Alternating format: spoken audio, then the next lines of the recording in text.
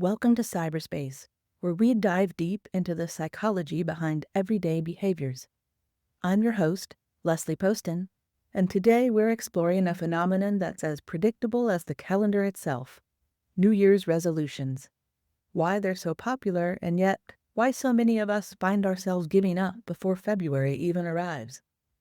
We'll explore not just the failures, but we'll also uncover why any time can be the right time for meaningful change, and how we can use psychological science to make those changes stick. You know that feeling. It's December 31st, and you're filled with optimism about the year ahead. Maybe you're going to start exercising regularly, learn a new language, or finally write that novel. But by Valentine's Day, that new gym membership card is gathering dust. Your language learning app is sending desperate notifications, and your word count is still at 0. Don't worry, you're not alone in this cycle. Research on habits gives us a sobering reality check. Fewer than 25% of people stay committed to their resolutions after just 30 days. By year's end, that number drops to a mere 8%. But here's the fascinating part. Understanding why we fail is our first step towards success. Let's start with how our brains work. Recent neuroscience research shows that our brains are literally wired to resist change. When we try to make big changes all at once, we're not just fighting against our old habits, we're actually wrestling with neural pathways that have been strengthened over years of repetition. Add in ADHD or another neurodivergence, and you know this problem is magnified tenfold. Setting unrealistic goals is a common pitfall when making New Year's resolutions. Often these goals are too ambitious or vague, lacking clear, actionable steps, which can quickly lead to overwhelming feelings and eventual burnout. Science supports this, noting that overly ambitious resolutions are much more likely to fail. Another critical factor is intrinsic motivation. According to several studies, success is far more likely when resolutions align with genuine personal desire rather than a sense of obligation. Furthermore, the all-or-nothing mindset can be particularly detrimental. Many abandon their resolutions after the first setback, a behavior that can be mitigated by adopting a more flexible approach and practicing self-compassion, as behavioral psychology suggests. Additionally, both internal doubts and external negativity can sabotage our efforts, with psychological studies highlighting how these factors can severely disrupt progress. Lastly, the expectation of linear success in habit formation is misleading. Recognizing and celebrating each small step as a success can help maintain momentum and avoid discouragement, underscoring the importance of realistic benchmarks throughout the process of change. Think of setting habits like trying to redirect a river that's been flowing the same way for decades. You can't just throw in a few rocks and expect it to change course overnight. Instead, you need to gradually create new channels while understanding that the old pathway will still be there, tempting the water to follow its familiar course. One popular myth is that you need to start on January 1st to succeed. There's absolutely nothing magical about January 1st. We've learned that success is more about consistent efforts and starting when you're truly ready, regardless of the date.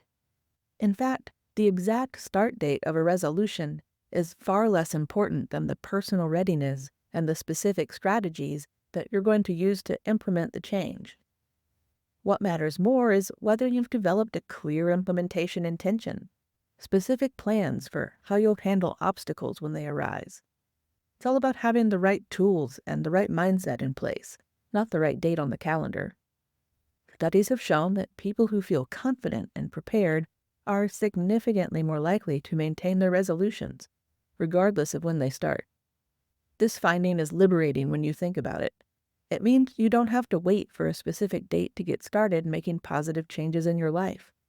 Those fresh start feelings we associate with January 1st, you can create them anytime by focusing on your preparation and readiness instead of on the date. Some people find they're actually more successful when they begin their changes during quieter times of the year, away from the pressure and fanfare of New Year's.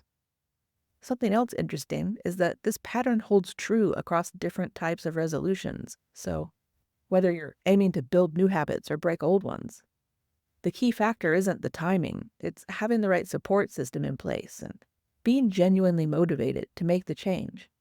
When you think about it, this makes perfect sense. Our brains don't suddenly become more capable of change just because we've hung up a new calendar.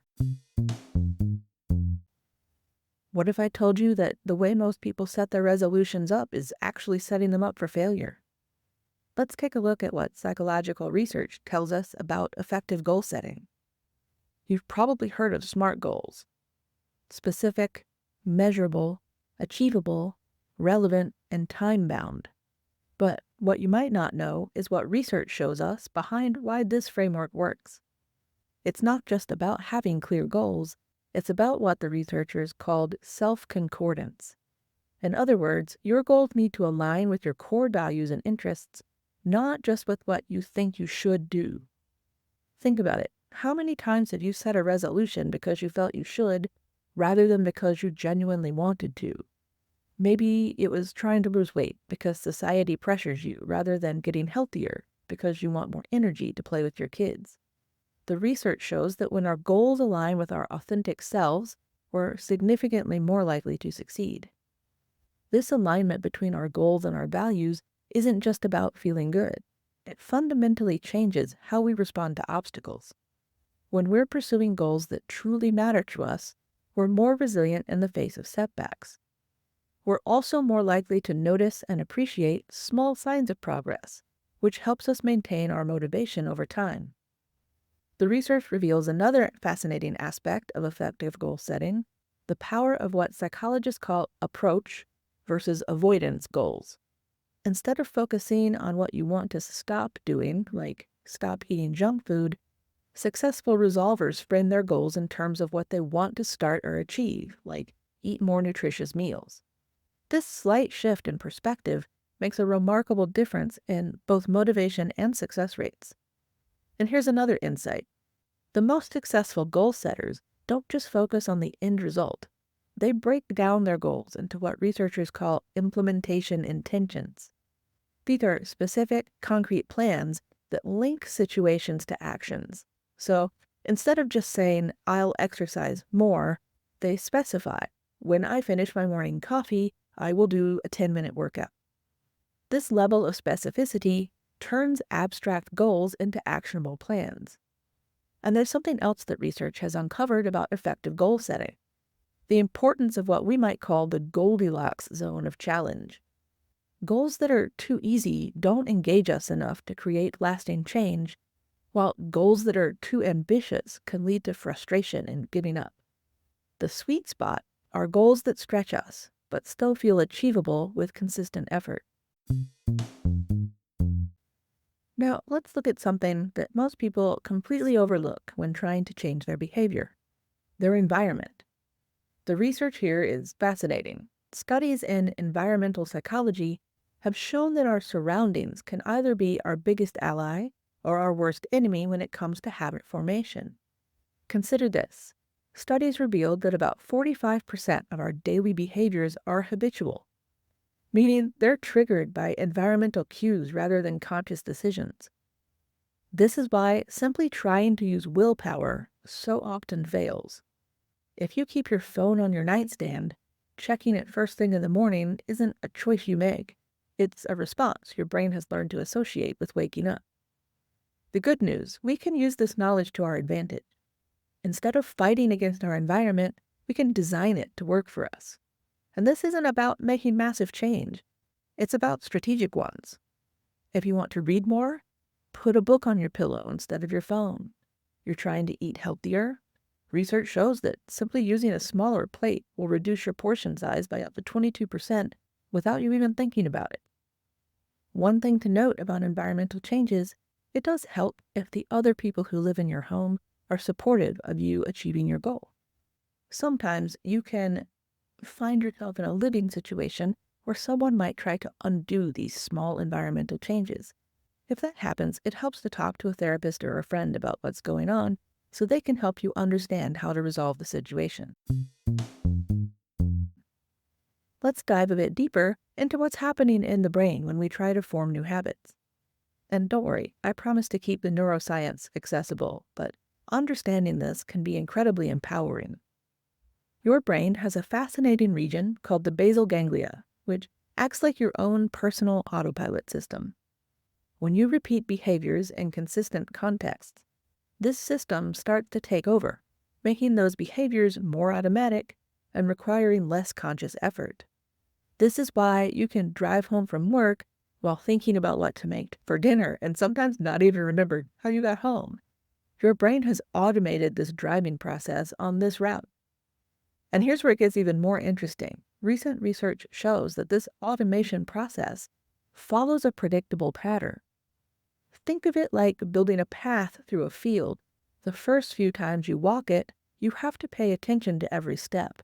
But with each passing, the path becomes more defined until eventually you can walk it without thinking. This is why consistency is so important in the early stages of habit formation. One fascinating study found that it takes anywhere from 18 to 254 days for a behavior to become automatic, with an average of about 66 days. That's quite different from the popular myth of 21 days, isn't it? Now that we understand how habits form in our brains, let's tackle something really important. Why waiting for the perfect moment to make a change might be holding you back. The research here tells us something fascinating about timing and change. One recent study found that people who make changes when they feel personally ready are significantly more likely to succeed than those who wait for an arbitrary date. And think about it. What makes January 1st any different from, say, March 15th or August 23rd? The date itself has no special power. It's your readiness and commitment that matter. This brings us to a psychological concept called the fresh start effect. While research shows that temporal landmarks like New Year's can increase motivation, they can also become a trap. If you slip up on January 5th, you might be tempted to think to yourself, well, I've blown it. I might as well wait till next year. It's this kind of all or nothing thinking that's a major obstacle to lasting change. Instead, successful changers, those rare individuals who maintain their resolutions, tend to view each day as a potential fresh start. They understand that change isn't a single event, it's a process. And processes can be paused, they can be adjusted, and they can be restarted at any time. We're a podcast based in the United States, so we've been speaking about this through an American lens. Let's zoom out for a moment and look at how different cultures approach the concept of new beginnings and personal change. This isn't just about those 12 grapes eaten at midnight in Spain, although I have to admit, that's a fascinating tradition. Research in cultural psychology reveals something remarkable about how different societies approach change and self-improvement. In many Eastern cultures, for instance, change is viewed as a gradual, continuous process rather than a series of dramatic transformations. The Japanese concept of kaizen, continuous small improvements, has been shown to be remarkably effective in creating lasting change.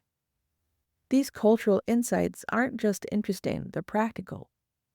One study found that people who adopt a more incremental view of change, similar to the Kaizen approach, tend to be more successful in maintaining their improvements over time. It's about progress, not perfection. Take the practice of daily reflection in many Buddhist traditions, for example. Rather than waiting for a specific date to evaluate their progress, practitioners engage in regular self-examination and adjustment. This ongoing awareness creates a framework for continuous improvement that's quite different from Westerners' all-or-nothing approach to change. In Chinese culture, the Lunar New Year brings a different perspective to fresh starts. Rather than individual resolutions, there's often a focus on collective renewal and relationship improvements. The tradition of cleaning one's house thoroughly before the new year isn't just about physical cleanliness. It represents clearing away old patterns to make room for new beginnings. What's fascinating is how these cultural approaches align with what psychological research tells us about successful behavior change. The emphasis on small, consistent steps, the importance of social support, and the recognition that change is a continuous journey rather than a destination, these aren't just cultural traditions, they're evidence-based strategies for lasting transformation. Even the timing of change varies significantly across cultures. While Western societies often focus on January 1st, many cultures have multiple New Year celebrations throughout the year, each offering an opportunity for reflection and renewal. This multiple opportunity mindset might actually be more beneficial for sustaining long-term change than putting all of our eggs in the January 1st basket. In our digital age, it's worth examining how technology impacts our ability to form new habits and break old ones. The research here is particularly interesting and sometimes counterintuitive. Recent studies have shown that while habit tracking apps can be helpful for motivation, they can sometimes create what researchers call a dependency paradox. In other words, instead of developing true habits, we become dependent on the apps themselves. And when people stop using these apps, they often find their new behaviors disappear along with their daily notifications. But here's where it gets interesting.